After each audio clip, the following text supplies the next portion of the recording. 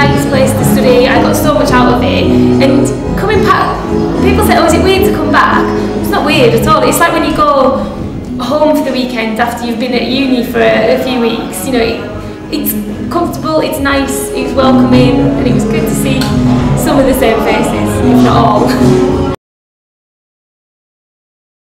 When I was younger, I always wanted to be a newsreader or a camera person because I thought they get to know everything first, and probably just being a bit of a gossip and liking to know everything first is what made me think, oh, maybe that's what I should do.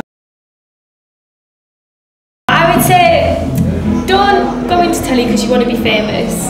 Go into it because there's something you want to do and there's a goal you want to achieve.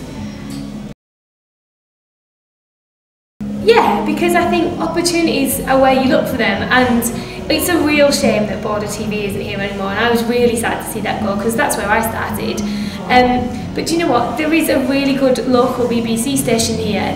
Manchester is going to be, you know, the centre of the world pretty much when it comes to new media technology in a couple of months, and that's a couple of hours down the road. And I think, you know, the media is such a changing industry. It would be so easy to look on the negatives and go, oh, well, I've just learnt that and that's changed. If you can't beat them, join them. I love it. I mean, I don't work for a living, I play out, which I probably shouldn't say because that makes me sound lazy and lucky, but yeah, I love it.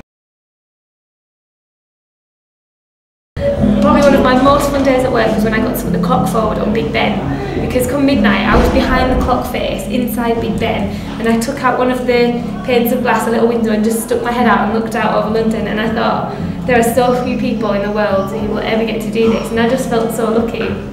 I think probably the hardest thing was probably the Amazon, just because it was so monotonous, and sitting in a kayak for 14 hours a day was pretty intense.